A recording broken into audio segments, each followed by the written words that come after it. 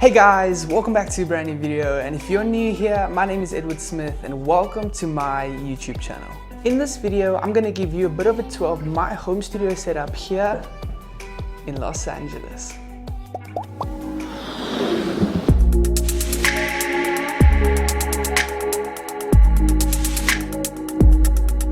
So in this home studio setup, I have many pieces of equipment like my laptop, my DAW, my MIDIs, my interface, my monitors, my headphones, microphones, etc.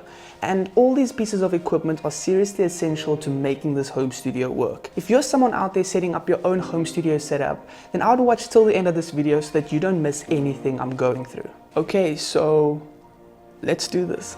The first and probably most important item that I have in my home studio setup is my laptop. And in my case, I use the Dell XPS 9570, which has an i7 processor, a terabyte SSD, and 32 gigabytes of RAM. This gives me more than enough power to run my music production software and any external plugins I might need. The second key essential element that I have in my home studio setup is my music production software. And in my case, I use Cubase Pro, which is not the most popular music production software out there, but it is definitely one of the best compared to Pro Tools, Ableton, and even Logic. The third essential item in my home studio setup is my audio interface.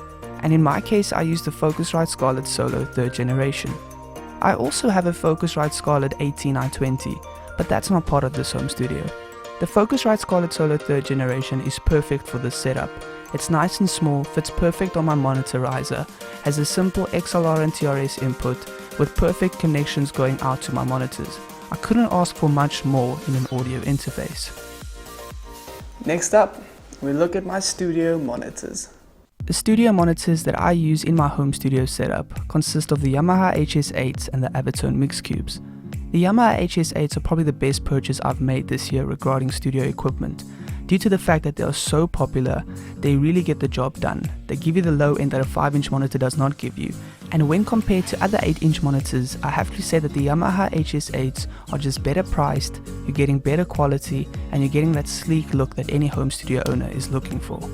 In terms of reference monitors, I use the Avitone Mix Cubes. And I have to be honest, I don't use these monitors so often, but they really do a good job in terms of referencing. I have these monitors and the Yamaha HS8s connected straight into my Mackie Big Knob that helps me jump between the two when recording and mixing a project. The fifth essential items that I have in my home studio setup are my microphones, which are perfectly placed and ready to go for any project on my shelf. I use this shelf mainly for storage, for MIDI keyboards, camera gear, cables, etc. It's really a must-have in any home studio setup. In terms of microphones, I have a Shure SM7B, a Rode NT1A condenser microphone, an Audio-Technica AT2020 condenser microphone, and a Shure SM58. But my go-to microphone out of these four is definitely the Shure SM7B, as it's probably the best microphone out there for any home studio buyer, for the price you're paying, and definitely for overall value. I connect my Shure SM7B straight to a microphone desk stand that helps me jump between working on a project and adding quick vocals when necessary. This is definitely something that's helped speed up my workflow. The next essential item that I have in my home studio setup are my MIDI keyboards, which consist of the Nectar LX49 and the Akai MPK Mini MK2. The Nectar LX49 is my go-to MIDI keyboard, as it sits perfectly on my desk with 49 keys, drum pads, and pretty much everything I need for general music production. The Akai MPK Mini MK2 is just as good though. Even though it's smaller and a little bit more plasticky, it really gets the job done as well, but it's mainly for traveling purposes and therefore I leave it on the shelf.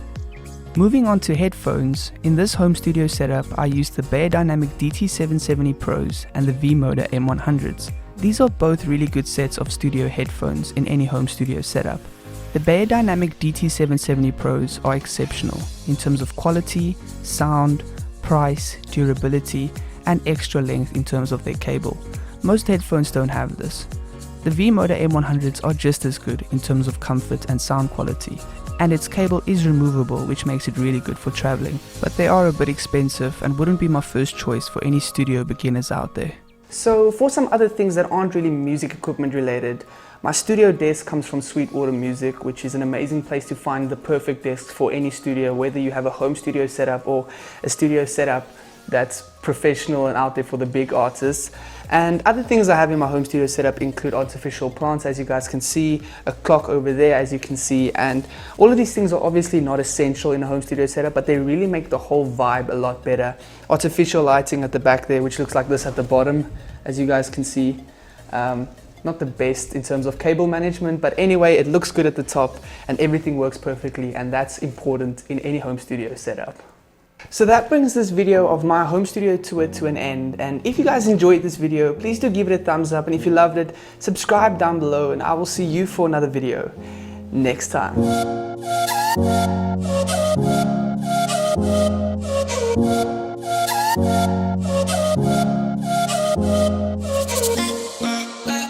I